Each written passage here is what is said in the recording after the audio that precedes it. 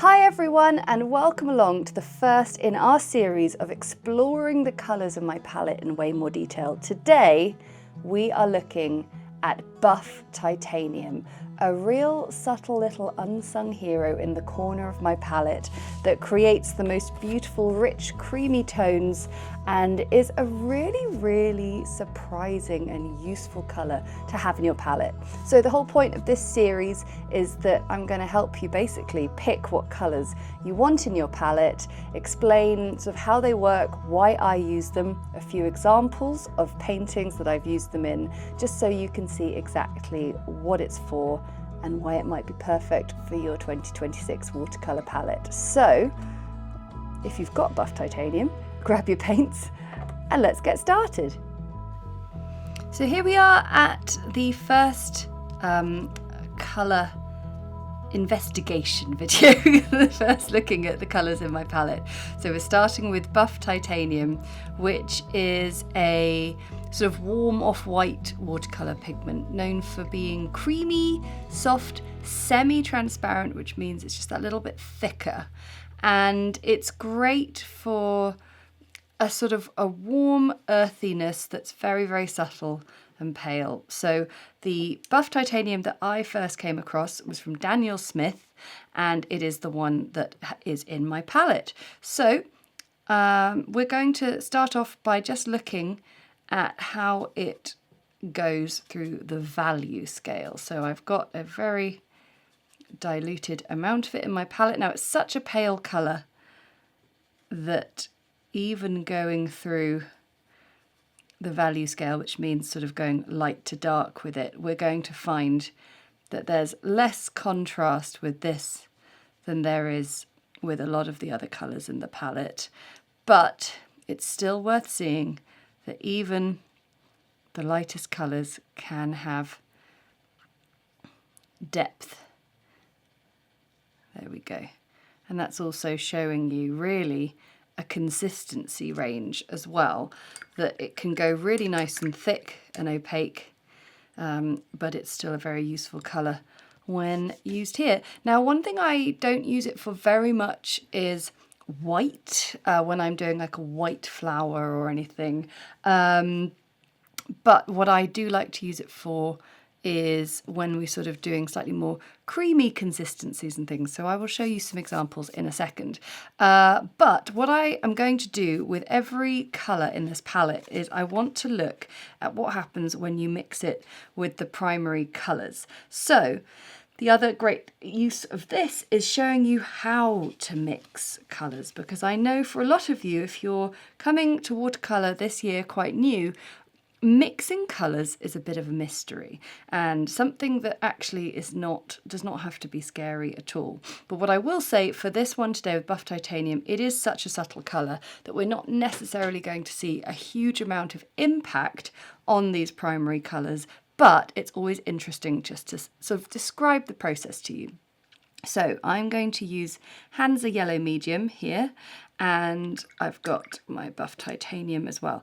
Now, when I'm mixing two colours together, I'm always looking for which one is sort of, when I say darker, it's stronger, bolder, more dominant. And for me, I've decided it very rarely is yellow normally the more dominant colour, but in this instant it is. And so what I'm going to do is I'm going to slowly introduce a little bit of that yellow into the Hansa yellow, into the buff titanium, because if you introduced a little bit of buff titanium into the yellow, it would take ages before it had any impact.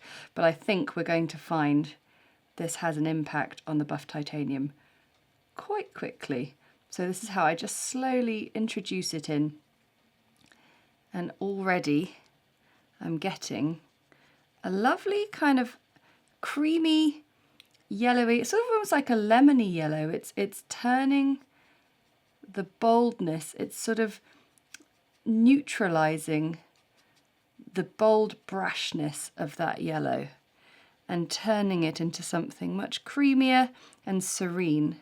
So if I just mix the whole lot together, the yellow dominates, but it definitely has taken on some of the buff titanium. So if I just took the yellow on its own, you can see that without the buff titanium, it is different. So you can see that little bit of impact there.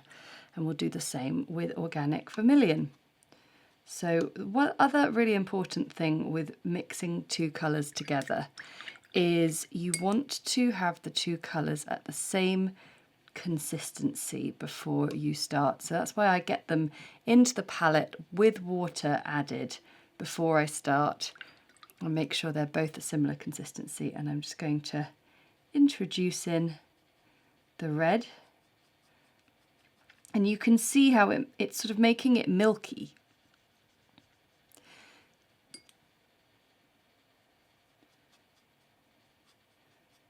And I think that's going to be the big takeaway from here, is if you want your shades to just be sort of neutralized a little bit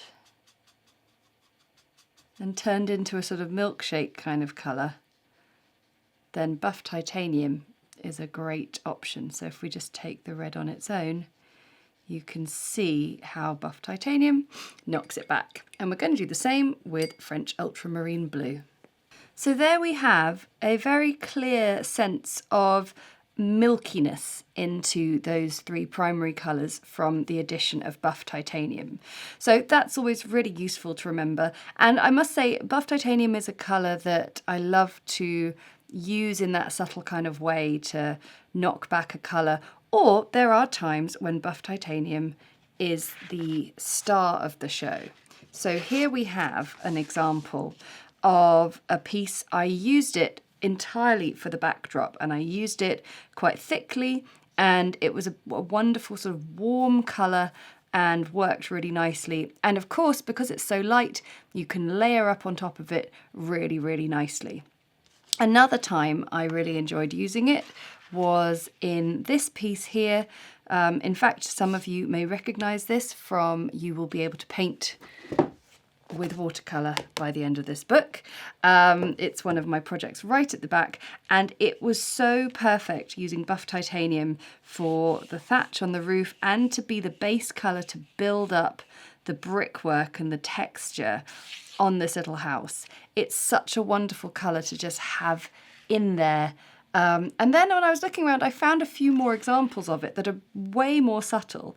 I used it sort of a little bit with some yellow ochre for the eggs, but actually where I used it quite effectively is in just the cream cheese here. I used it to create the contours on the carrot cake from the cream cheese frosting. And then there are other times where it will pop up very much as a supporting act. It was mixed in with some Moonglow and Payne's Grey here to make a lovely sort of pale background. And here it was just one of the many earthy tones that I had in my palette when I was building up this beach scene. By the way, all of these paintings, in fact, are all Patreon tutorials. So if you fancy having a go at any of these, you can find them all on Patreon. But buff titanium is one of those funny colours that you sort of feel is so quiet and so subtle. Does it have much of an impact? And my answer is yes.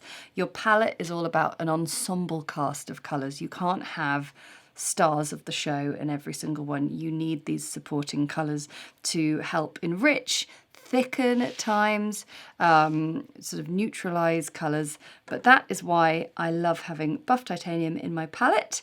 And for me, I like to use the Daniel Smith extra fine version.